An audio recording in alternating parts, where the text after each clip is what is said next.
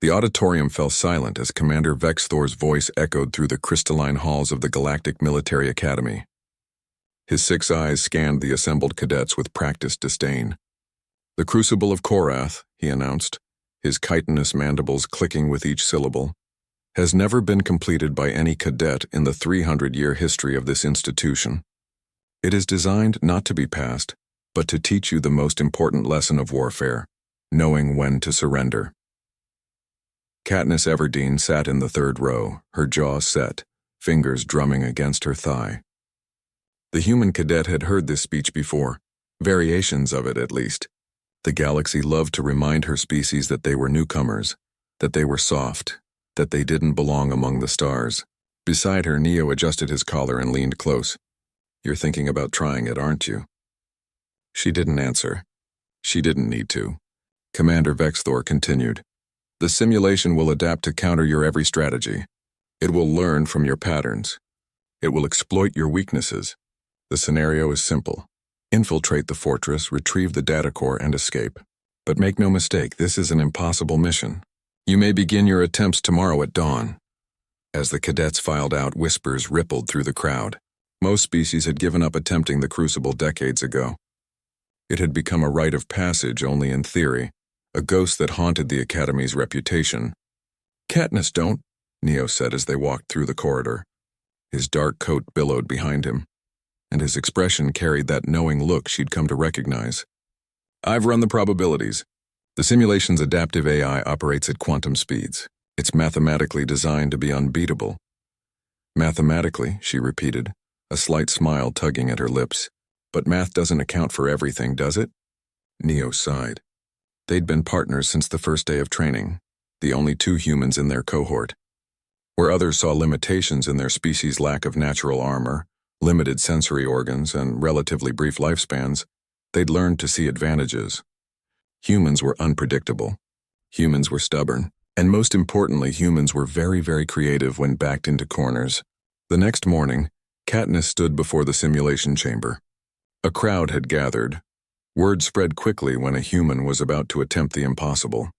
Commander Vexthor watched from his observation deck, all 6 eyes focused intently. "Cadet Everdeen," he said through the intercom, "you may begin when ready." The chamber dissolved into reality around her.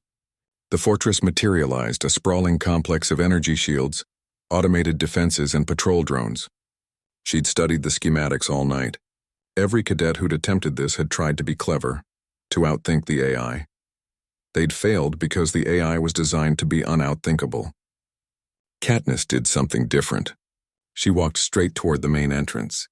Alarms blared immediately. Defense turrets emerged from hidden panels. She dove, rolled, and kept moving forward. The AI adapted, predicting her movements, but she wasn't trying to avoid detection. She was studying the response patterns. 3 attempts. That's all she'd need. The simulation reset. She tried again, this time approaching from the east. The AI countered differently, but she noted the timing, the energy distribution, the momentary lag between sensor detection and weapon activation. On her 3rd attempt, she did something the AI never expected. She surrendered. She walked to the main gate, set down her weapons, and activated the distress beacon that signaled defeat. The AI, programmed to accept surrender as the correct lesson, powered down its lethal protocols and initiated capture procedures.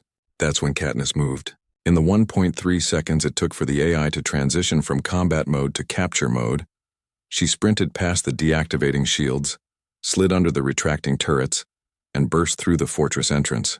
The AI scrambled to reactivate defenses, but she was already inside, where its external systems couldn't target her without destroying the very data core it was programmed to protect. She moved through the corridors with precision, not avoiding the internal defenses but triggering them in sequence, creating a cascade of friendly fire scenarios. The AI was smart, but its primary directive was protecting the facility. It couldn't simply destroy everything to stop one intruder. Katniss reached the core chamber.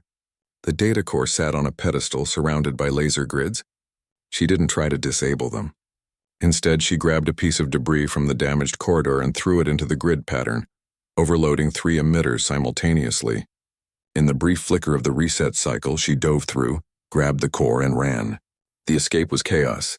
Explosions, gunfire, collapsing corridors. but she'd mapped every exit, every weak point. When the simulation finally ended with her standing outside the fortress perimeter, core in hand, the auditorium was silent. Commander Vex Thor descended from his observation deck, his expression unreadable. The other instructors followed, their various alien features displaying what could only be described as shock. "Cadet Everdeen," Vex Thor said slowly, "you surrendered." "Yes, sir." The lesson was supposed to be knowing when to quit. "With respect, sir, I did learn that lesson. I learned that sometimes the AI thinks you've quit, and that's when you haven't even started." A sound emerged from Vex Thor's thorax, something between a laugh and a clicking recognition. He reached up and unpinned the instructor's medal from his own chest, the highest honor that could be bestowed at the academy. 300 years, he said, placing the medal in her hand. 300 years we've told cadets this was impossible. Perhaps we needed someone who didn't understand the meaning of that word. Neo was waiting outside the chamber, a knowing smile on his face. "Told you math doesn't account for everything." Katniss looked down at the medal, then back at the assembled crowd of alien cadets and instructors. Humanity had been in the stars for less than a generation, but they'd already learned the most important lesson. The galaxy would always underestimate them, and that was humanity's greatest weapon. As news of her victory spread through the academy and beyond, other species began to reconsider their assumptions about Earth's children. The humans were small, fragile, and impossibly short-lived compared to most spacefaring races, but they possessed something that couldn't be quantified in any tactical database, an absolute refusal to accept that anything was truly impossible. The Crucible of Korath was redesigned the following year. It had to be, because once one human had passed it, hundreds more would try, and Commander Vex Thor knew with all 6 eyes opened wide that most of them would probably succeed.